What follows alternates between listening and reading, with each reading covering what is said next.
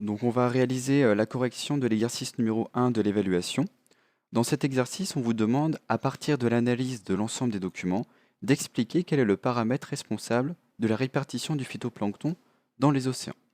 Donc, pour présenter tout d'abord les documents, on en a deux. Ici, nous avons un graphique représentant le pourcentage de lumière en fonction de la profondeur. Et le deuxième document qui est ici, c'est un tableau qui représente la biomasse en phytoplancton en fonction de la profondeur.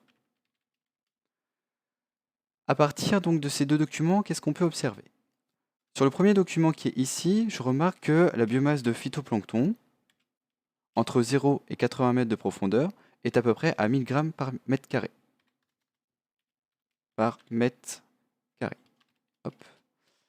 Et puis on remarque au-delà de 80 mètres de profondeur, donc au-delà de 80 mètres de profondeur, eh bien, on observe 0 biomasse de phytoplancton. On remarque parallèlement à ce document, donc ce graphique, où on observe entre 0 et 80 mètres de profondeur, donc je garde les mêmes profondeurs pour faire une corrélation par la suite. J'observe que entre 0 et 80 mètres de profondeur, que le pourcentage de luminosité diminue au cours du temps. Donc il y a une diminution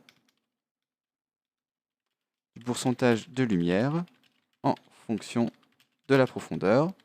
N'oubliez pas de mettre des valeurs. Donc là, par exemple, à 0 mètres, 100% de lumière. À partir de 80 mètres, 0%. Du coup, là, je peux interpréter mes résultats. Je peux dire qu'en fait, qu'à partir de 80 mètres de profondeur, il n'y a plus de lumière. Pas de lumière. Du coup, s'il n'y a pas de lumière, le phytoplancton, il est incapable de réaliser la photosynthèse.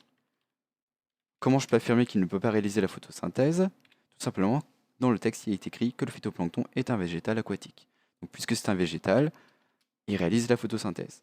Donc, conclusion. Le paramètre responsable de cette répartition du phytoplancton dans les océans, c'est la lumière. Voilà.